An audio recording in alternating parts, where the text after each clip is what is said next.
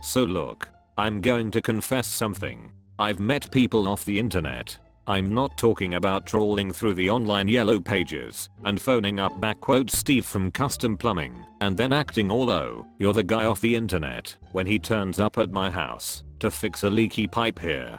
I'm talking about meeting people, you know, for a relationship. Sheesh, this is awkward. Online dating? Otherwise known as the lucky dip. Now I know, in 2010, that this isn't an earth-shattering revelation, but back in 2002 it was groundbreaking. In a way I was a pioneer. A very desperate pioneer. Not as desperate as Sim it turns out. And that, dear friends, is what this blog is about. Desperation. Clingy stalky desperation.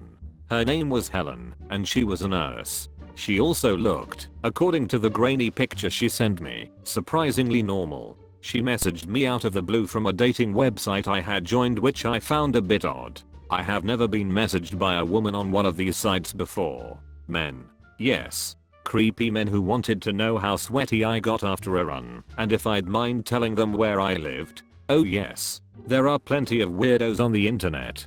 Following on from her message, things moved quickly. Below is what happened during the week we met. Wednesday night, I get a message from Helen saying I looked cute. Immediately think one of my mates is trying to pull my leg here, but I play along. I've never been called cute. Interesting? Yes. Leery? Often. But never cute. Helen seems normal, if a little jiggly. She must be nervous. We ML back and forth, and then chat on MSN. It all seems to be going quite nicely. Thursday morning, I wake up to find about 3 emails from Helen in my inbox. Okay, that's a little weird, but she did say she was getting stuck into the vino. We've all done that. I jot down a few terms that jumped out at me from one of her emails, so I can have a think about them later. They are iridescent, longing, relationship and possessive. I will look at these words at lunch, if I get the chance. Thursday lunch, I forget to think about the words from her email due to a rather terrific sandwich. It had 3 kinds of meat on it, and types of lettuce I thought were weeds. I get a text message and an email from Helen. No issues here, except I can't remember giving her my phone number. Alarm bells are dormant at this stage. Thursday night, we talk on the phone. I say talk, but that was mainly Helen. I nodded a lot, and laughed in the right places. She seems nice. We've decided to meet each other in real life tomorrow night. This will be awkward. I can't decide which t-shirt to wear. I decide on the black one. I have a tendency to spray food around like a performing seal when I eat, so black will work out well. I sure hope she's wearing black. Friday lunch, sandwich not as good as I remember, but it tasted okay as I read the 4 emails from Helen telling me how much she is looking forward to meeting me. She says she'll pick me up at 7 PM at my house. How nice of her. Friday night, it is 6 PM and I hear a car pull up outside. I peer out the window and see that it is Helen. She's an hour early. There's a small insistent voice in my head that keeps telling me this is a little weird. I ignore it as Helen is wearing a short dress. I invite her in and excuse myself so I can shower. While soaping up, I come to the realization that I didn't actually tell Helen where I lived. The small insistent voice in my head starts sniggering and telling me I told you so. I walk out of the shower and see Helen at my computer.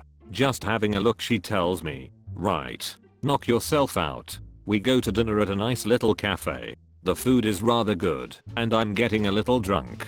Helen asks if I want to go back to her place. My brain says no, but my genitals say yes. Things are done. I won't go into detail other than to say I was happy with my performance. I note that Helen has quite a lot of teddy bears in her unit. Helen says, oh, I just love teddy bears. Okay. I catch a cab home as I don't want to outstay my welcome. Helen says it isn't a problem, but I don't want to give too much to this girl. You know, keep them wanting more. Saturday morning, I wake up to my phone beeping. I have a text message from Helen.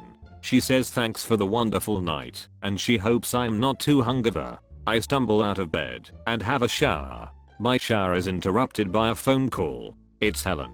She wants to know if I want to go to a BBQ later that day. I said sure, that sounds wonderful. As I hang up the phone, I start to wonder why I said that.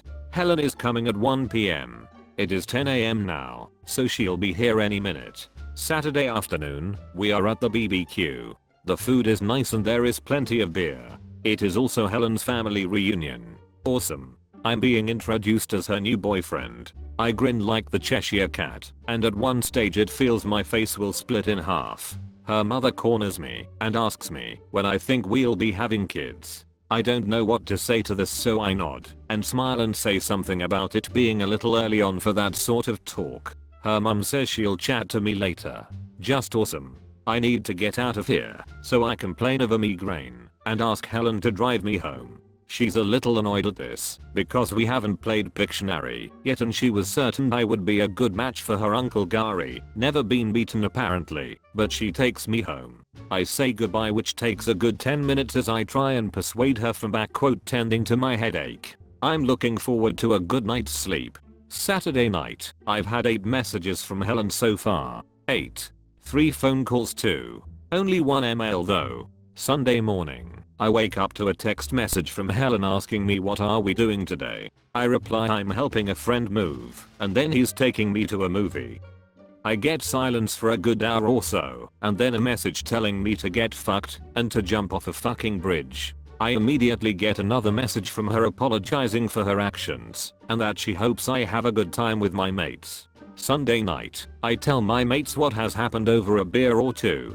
They stare in stunned silence at me. I tell them she's a nice girl though. One of them makes stabbing motions and laughs at me. Oh, my friends are funny jokesters. We enjoy the movie. It had zombies in it, and zombies are pretty much fucking ace. I turn my phone back on, and I see I have missed 7 phone calls from Helen.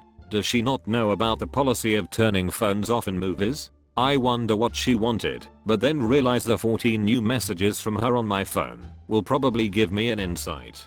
They range from I hope you're having a great time, babe, to you fucking asshole. You're with another girl, aren't you? I decide that Helen and I are done. I get home and tuck myself into bed. At 2 AM I get a message. I wearily roll over and grab my phone. The message reads, Andrew, we need to talk. I know you are in there. I'm watching you sleep. Oh fuck. My first thought was fuck, and my next was I need some sort of weapon. I look out through the window and there she is, standing in my garden bed like some sort of loon. She beckons to me. I shake my head and say out the window, no Helen. We'll talk about this in the morning. She howls like a banshee when she hears this. I shut the window, make sure the front door is locked, and turn off my phone. I try and get back to sleep, but I hear some banging on the front door and some weird scrabbling that I hope to fucking Jesus is a possum trying to get in the back door. I don't sleep much. At 4 AM I get up and look out the window. Helen is still there, frantically writing on a pad of paper. She's been there all night long. I wait for another hour or so until I hear her leave, her car squealing like a kicked cat up the street. I open the door, and written all over my front step are the words fuckhead and cheating bastard in black pen.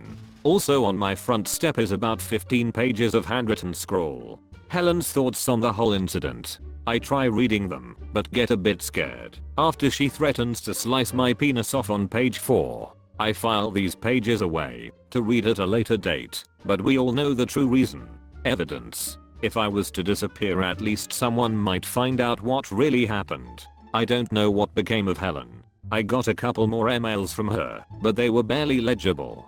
Basically, she'd gotten into her mind, in the 5 days that we got to know each other, that I was the one. The man of her dreams. I once thought I saw her mother in a shopping center, and I spent a couple of very nervous minutes looking like a creepy dude as I hid behind some clothing racks in a Just Jeans store. I was wary for a good couple of months after that. I sure hope she's happy. And in another country. In some sort of institution would be nice. TL. Doctor, woman turns into a possessive stalker in 3 days time.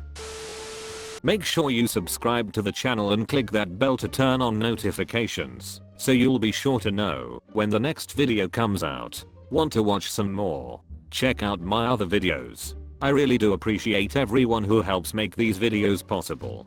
And as always, thanks for watching.